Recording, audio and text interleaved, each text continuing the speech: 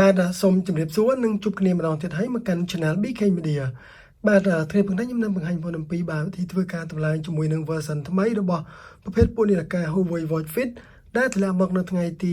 1 ខែ 12 ឆ្នាំ 2021 នេះគឺទីចំនួនថ្មីដែលធ្លាក់មកនោះគឺចំនួនទី1.0.6.6 ដែលបងប្អូនអាចធ្វើការតម្លើងបាននោះគឺទី1បងប្អូនត្រូវតែសាកថ្មនេះបានឲ្យលើសពី 50% ទៅបាទទី2បងប្អូនត្រូវតែមានទូរស័ព្ទដៃណាមួយដែល connect មកកាន់បាទនាឡិកាប្រភេទពួក Huawei Watch Fit នេះដែលបងប្អូនធ្វើការតម្លើងអញ្ចឹងនៅពេលដែលបងប្អូនធ្វើការតម្លើងគឺតម្លើងតាម app នៅក្នុងទូរស័ព្ទដៃនេះហើយវានឹងបញ្ជូនពីការតម្លើងនេះទៅចូលមកកាន់នាឡិកានឹងធ្វើការ boot app ទៅបាទយើងនឹងបាននៅចំនួនថ្មីហ្នឹងបាទអញ្ចឹងដើម្បីធ្វើការតម្លើងគឺបងប្អូនទៅកាន់ទូរស័ព្ទណាមួយដែលបងប្អូន connect មកកាន់នាឡិកាគឺបាទ app ឈ្មោះថា Huawei Health នេះបាទអញ្ចឹងបងប្អូន download ដែលមាន app ដែល connect មកកាន់នាឡិកានេះមកបាទចូលមក app នេះមកបងប្អូននឹងឃើញកន្លែងនេះគេដាក់ថា device បាទអញ្ចឹងចុចកន្លែងពាក្យ device នេះមកបាទបងប្អូននឹងឃើញរាល់ device នាឡិកាមួយនេះដែលបងប្អូនបាន connect បាទបើសិនបងប្អូន connect ច្រើននាឡិកានឹងឃើញច្រើនលើនេះបើសិន connect តែមួយដូចខ្ញុំនឹងឃើញកន្លែងនេះបាទអញ្ចឹងដល់ពេលដែលបងប្អូនចូលដល់កន្លែងហ្នឹងចុចលើរូបវាមកបាទវានឹងបន្តមកមុខទៀតបងប្អូនអស់មកក្រោមទីមកបងប្អូនឃើញនេះគេដាក់ថា Firmware update បាទចឹងកន្លែង Firmware update នេះគឺជាកន្លែងមួយដែលយើងហៅថា update software វានេះបាទចឹងជាពាក្យ Firmware update នេះមក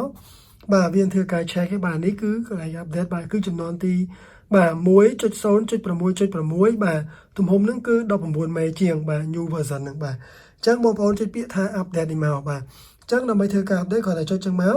បាទបើសិនជានាឡិកាបងប្អូនដាក់ password វានឹងទាមទារតែបើសិនដាក់ password ទេវាអត់ទាមទារទេនៅពេលដែលវា check up connect download 100%សូមបងប្អូនរងចាំបញ្ចប់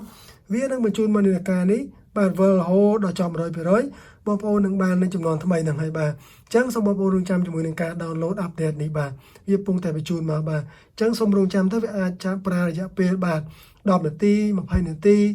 ឬក៏កន្លះម៉ោងអាស្រ័យទៅលើនាឡិកាបងប្អូនដែលមានក្រិចទៅកាន់ទូរស័ព្ទហើយទូរស័ព្ទនេះក៏ប្រើ Wi-Fi លឿនបាទអញ្ចឹង